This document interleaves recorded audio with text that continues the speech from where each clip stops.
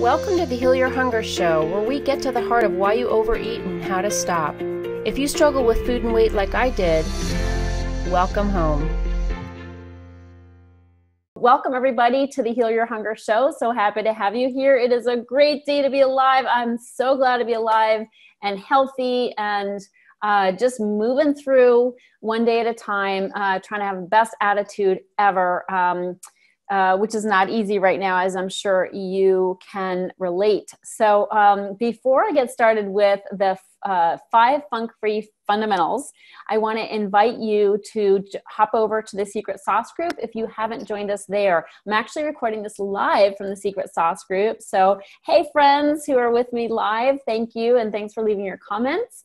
And you can watch later in there as well and leave comments. And you know, if you're not part of that group, then you're missing out on some really important support. So, you know, definitely join us in the group. I have classes in there. I also do some guest interviews that I record there as well, live. So, yeah, come on over. Love to have you. And if you are here at the Heal Your Hunger Show for the first time, welcome. So glad that you're here. What we do in the Heal Your Hunger Show is really talk about issues that go deeper than the regular diet and exercise, nutrition, you know, eating plan, you know, blah, blah, blah. So this is where we get deeper. We get into juicy stuff, the real issues that that stand in the way of us and freedom from emotional eating. So in my experience, you know, if you're struggling with food and weight, it's generally because of emotional eating. And if you're like, oh, I don't know about that, hop over to the Heal Your Hunger website, healyourhunger.com, and take the quiz. There's a free quiz on there that'll tell you whether you're an emotional eater or a food addict or somewhere in between, or not at all. And if you find out that you're an emotional eater and what level you are, you're going to get a personalized level. When you take that quiz, you'll have a better idea of what you need to do in order to really have freedom around food, have the relationship with food that you really want. So those are free resources, and please take advantage of them. So on with the show. This is going to be short and sweet because I actually am going to go for a walk with my sister's fiance, and it's a somewhat new person to the family. So I want to learn a little bit more and, you know, just sort of welcome her to the family. So we're going to go for a walk. So she's semi-retired and she's you know, my sister is a therapist and she's working nonstop during this COVID crisis, and her fiance is not. So we're going to go for a walk, and I'm going to sort of get to know her. She can get to know me, and it's just kind of a nice connection time. And I'll have my mask on, so and we'll walk in the woods. So we'll be nice and safe. So before I do that, I wanted to hop on and talk about the 5 funk-free fundamentals, because this came up the other day when I was in a funk. This is born from a funk.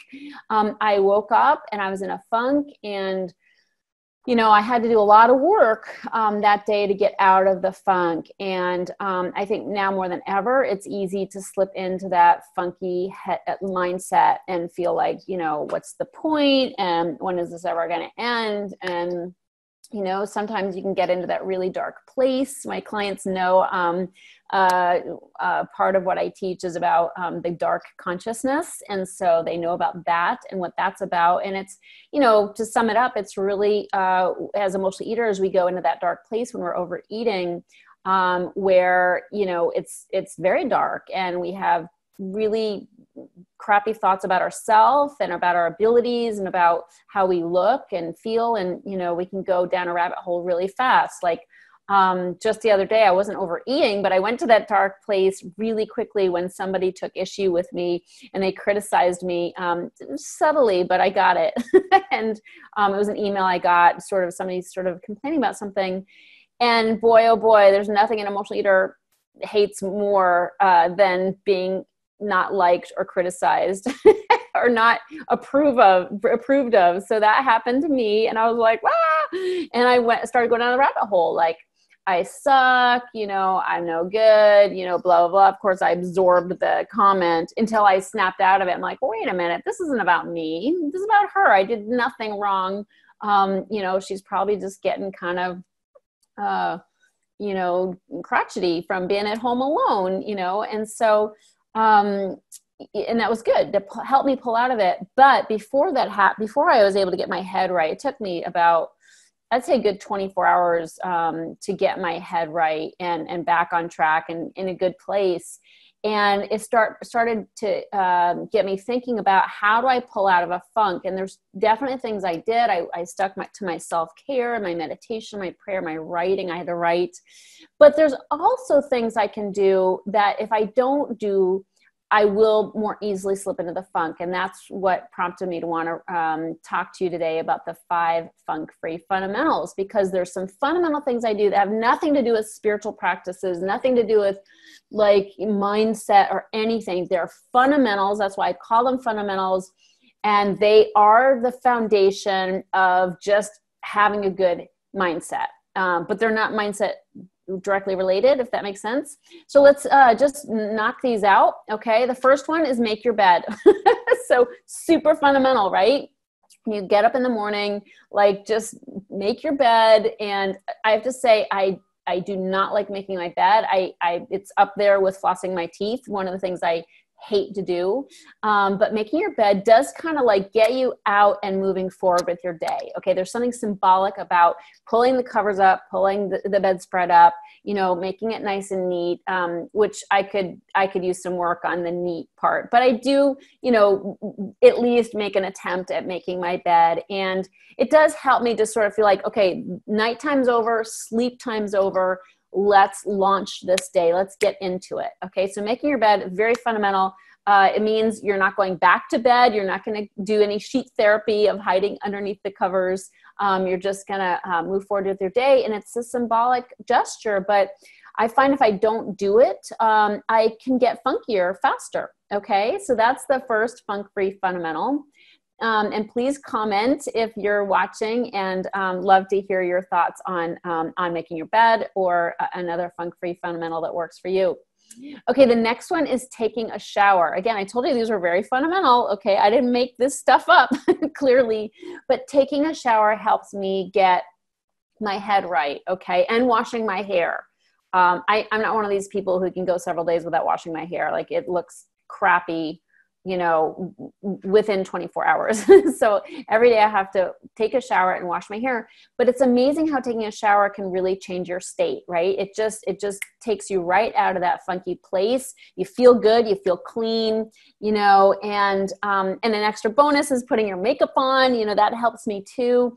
And nowadays when the only way we see people is on Zoom, it helps to have a little bit of makeup. So, but if that's not your thing, don't worry about it. The shower and the hair is the important thing. And because it just makes you feel better, and a fresh set of clothes, of course, to go with it. That wasn't one of the 5, but that kind of, to me, it goes without saying, like if you shower, you want to go ahead and have a nice fresh set of clothes. So that's number 2. Okay. So number 3 is doing the dishes. Okay. And I'm not great at doing them right away.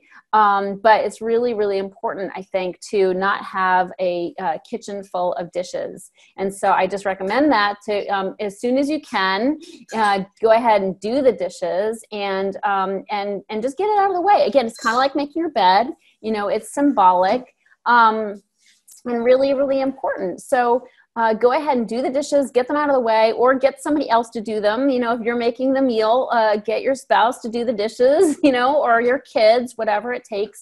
But I find that having a clean kitchen and the dishes done and the counters wiped, again, a funk-free fundamental. It's so simple, but if we don't do it, it kind of pulls us down. All these things I'm talking about, they're not big deals if we don't do them, but it sort of pulls us down if we don't. It just sort of like eats into that feeling of freshness and positivity. And it's sort of, lending itself to our, dragging through the day, or just sort of like, just sort of being a little mopey, whereas these fundamentals can just sort of perk us up a little bit, improve our self-esteem, our sense of ourselves, and our outlook. And they're so simple. They're so simple to do. And that's why I'm bringing them up, because, if we don't do them, they will have an impact. And if we do them, they will have an impact, a really positive impact. Get out and walk. That's number 4, funk-free fundamental number 4. This is one of my favorite things to do when I'm really feeling funky. Okay. Because staying at home all day, which, we're actually encouraged to do right now, doing that can really lead to going down the drain in negativity and just feeling kind of funked out. So when I put my earbuds in and I plug it into my phone and I go out for a walk, no matter what the weather's like, okay, some of you may have really hot weather right now if you're down south, and some people might have really cold weather like me if you're in the north. So right now I'm in Maine, and spring takes a long time to get here, so it's still pretty chilly. I still have to wear a hat and gloves and a scarf, but boy, oh boy, when I do and I get out and I just push through that inertia of, I don't want to go out, I don't want to be cold, I don't want to, I just don't have the energy. It's amazing how a walk can give you energy, right? And again, I'm not telling you anything you don't know. This is just a reminder. I'm just in your ear, just reminding you that if you want to get out of your funk, get off your ass and go outside and take a walk. And on your walk, you can listen to music. Great thing to do. I love turning on my Pandora and just funking, rocking out to some great music that I love. Or I'll pray, which always lifts my spirit. That's a state changer as well. And I'll make a phone call. I'll call my mom. I'll call a sister, a friend, somebody that I feel like needs to hear from somebody, might be in their own funk. That can change your state really quickly when you're thinking of somebody else and how you can help improve their day. So just get out and walk. I've never had it not make me feel better. Never, ever, ever. So you ready for number 5? This might seem a little strange, but number 5 is face your funk. Okay. Face your funk, face your feelings. And that's really where that funk comes from. In my experience, it comes from just having uncomfortable feelings, or having perhaps something that happened and we didn't really deal with it properly. So it's just sort of weighing on us.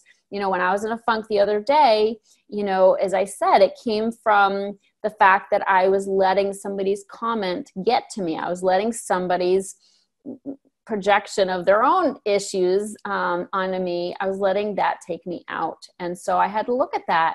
And when I clued into that, that's what was going on, is I was sort of getting pissy because somebody didn't like me or thought I was doing something wrong.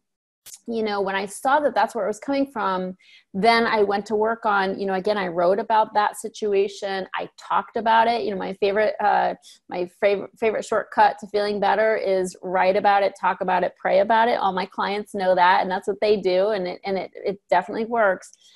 So I talked about it with some friends, in confidence, and I definitely prayed about it, and it just helped me lift out of that. But had I not done these other fundamentals, because these are all in there as well, I don't think I would have come out of it as fast. If I hadn't taken a shower, if I hadn't done everything I could to pull out of it, I might have stayed in it longer. So these are some really simple things, but I'm just here to remind you that when you do this, it's sort of just, cleaning house. It's just sort of keeping the house clean, literally and figuratively. So making your bed, taking a shower, doing the dishes, getting out and walk, and then facing your funk, facing your feelings, and just looking for the source of it. Like, what was it? Something, we're so sensitive as emotional eaters, so somebody can say something, or somebody can look at us the wrong way over Zoom, or, at home, or somebody can, overlook that it's our birthday, or overlook that we're not feeling so great, and not take, not speak up about it. We like to know mind readers, we like the people who love us to be mind readers. If there's something that just maybe got to us or bothered us, or something that, might have affected us emotionally, and we didn't take care of it. Like we didn't tune into that, or face it, that can cause us to go down the rabbit hole of a funk, get really funky. So face your feelings. What's going on there? What was it that kind of had you take that downturn?